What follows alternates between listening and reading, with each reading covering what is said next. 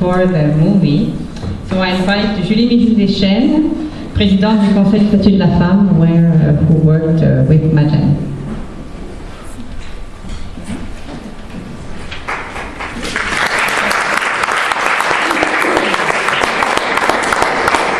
Alors, les deux témoignages qu'on vient d'entendre étaient vraiment extraordinaires et je n'ai pas la prétention d'arriver à leur cheville parce que on m'a demandé de venir ici. Je suis très heureuse d'être ici pour rendre hommage à Madeleine Parent, mais je l'ai peu connue. Je l'ai connue comme étant évidemment une grande figure historique et tout, mais je l'ai rencontrée quelques fois dans mon ancienne carrière comme journaliste. Donc, je voulais rendre évidemment hommage à la féministe, parce qu'au Conseil du statut de la femme, un organisme paragouvernemental, on tente d'analyser la réalité et d'aider les femmes. Et Madeleine Parent, vous l'avez dit, bien avant l'heure, était féministe. Elle a milité bien sûr pour l'obtention du droit de vote au Québec. Elle a participé à la fondation en 1971 à Ottawa du Comité d'action pour le statut de la femme. Déjà au Québec, en 1966, une nouvelle cohésion au mouvement féministe émerge à la faveur de la Fédération des femmes du Québec. Et le Conseil du statut de la femme, que je dirige, a été créé un peu dans cette mouvance en 1973. Donc, dès ses débuts, le Conseil du statut de la femme a été associé au grand bouleversement du Québec. Et le premier document qu'on a écrit, qui s'appelait « Pour les Québécoises, égalité et indépendance », est devenu pratiquement la politique du gouvernement du Québec en matière de femmes. Donc, je ne crois pas qu'il y ait eu de relations très soutenues entre Madeleine Parent et le Conseil du statut de la femme. Pour la bonne raison, me disait une de mes amies, que Madame Parent avait une certaine crainte ou un certain manque de confiance face au gouvernement et aux organismes gouvernementaux. Parce que c'est une femme de principe, une femme qui ne faisait pas de compromis sur ses principes. Or, par définition, les gouvernements gouvernent, le conseil duquel je fais partie essaie de trouver des solutions pragmatiques, mais c'est clair que nous ne sommes pas des militantes et nous ne serons jamais des militantes comme l'a été Madeleine Parent. Et je me rends compte de cette grande différence et je suis, comment dire, extrêmement reconnaissante à Madeleine d'avoir tracé la voie, mais notre organisme essaie bien sûr d'aider les femmes, mais ça ne sera jamais une lutte comme celle de Madeleine. Bref, ce que je voulais vous dire aussi, c'est qu'il y a des années où être féministe, c'était, comment dire, un automatisme. Moi, quand j'étais à l'université, notamment, on était toutes féministes. Maintenant, c'est beaucoup plus difficile. C'est une cause difficile, c'est une cause que les jeunes, beaucoup de jeunes femmes n'embrassent pas automatiquement.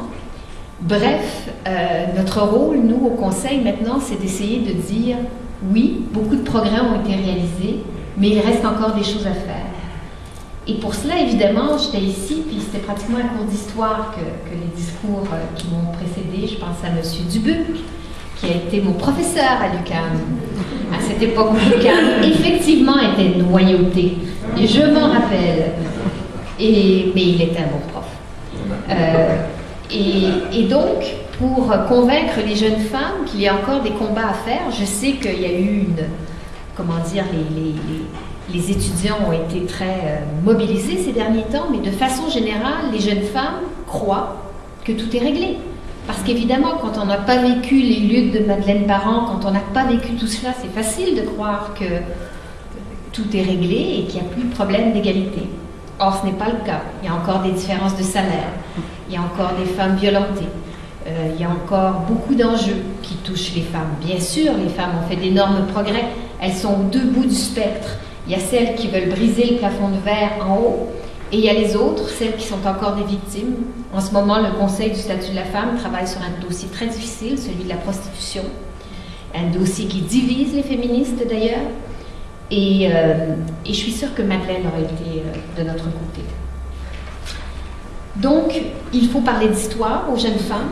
C'est une façon de leur expliquer que les gains ou ce qu'elles croient être éternel ne l'a pas toujours été. On essaye de parler dans leur langage, on fait des capsules linguistiques, des capsules vidéo, on tweet, on blog, en tout cas, il n'y a rien qu'on n'essaie pas de faire pour faire passer les idées importantes. Aussi, on voudrait que les femmes s'approprient leur lutte, le mouvement féministe, parce que d'autres, comme Madeleine Parent, ont fait des choses avant et c'est à elles de décider comment elles veulent mener les luttes. Aux côtés du mouvement féministe, Madame Parent a lutté pour l'équité salariale, le droit à l'avortement, vous l'avez dit avec énormément de passion, la défense des intérêts de toutes les femmes, les immigrantes, celles qui arrivent de loin et celles, comme vous l'avez dit, qu'on met trop souvent de côté et qu'on n'inclut pas de façon automatique. Je faisais une tournée des régions et des tables de concertation des femmes qui me disaient, on s'est rendu compte que nous-mêmes, féministes du Québec, on excluait les immigrantes parce qu'elles voyaient le féminisme différemment. Alors il y a plein de luttes encore à faire d'inclusion et je trouve que ce que vous avez dit sur Madame Parent était vraiment extraordinaire. Donc je suis contente d'être ici aussi pour joindre ma voix à tous ceux qui depuis son décès, ont rendu hommage à cette femme extraordinaire. Et sur une note un peu plus personnelle, je veux vous transmettre quelques observations de ma sœur, le docteur Geneviève Dechaine, qui a été, croyez-le ou non, le Québec est petit, qui a été la médecin de Madeleine Parent. Ouais. Alors vous voyez, j'ai quand même une connexion avec Madeleine Parent. Ma sœur me rappelait, on se voyait cette fin de semaine, elle me rappelait que Madeleine Parent, toute petite femme, en apparence frêle, comme un roseau, avec sa voix chevrotante, si caractéristique, qui, très âgée, se rendait encore en autobus de son domicile jusqu'à Verdun pour ses rendez-vous médicaux, les fameux transports publics. Et quand Madame Parent avait quelque chose à dire, raconte ma sœur avec le sourire, difficile de l'arrêter. Évidemment, ces longues conversations retardaient un peu son bureau de médecin. Mais, après tout, c'était Madeleine Parent. Merci.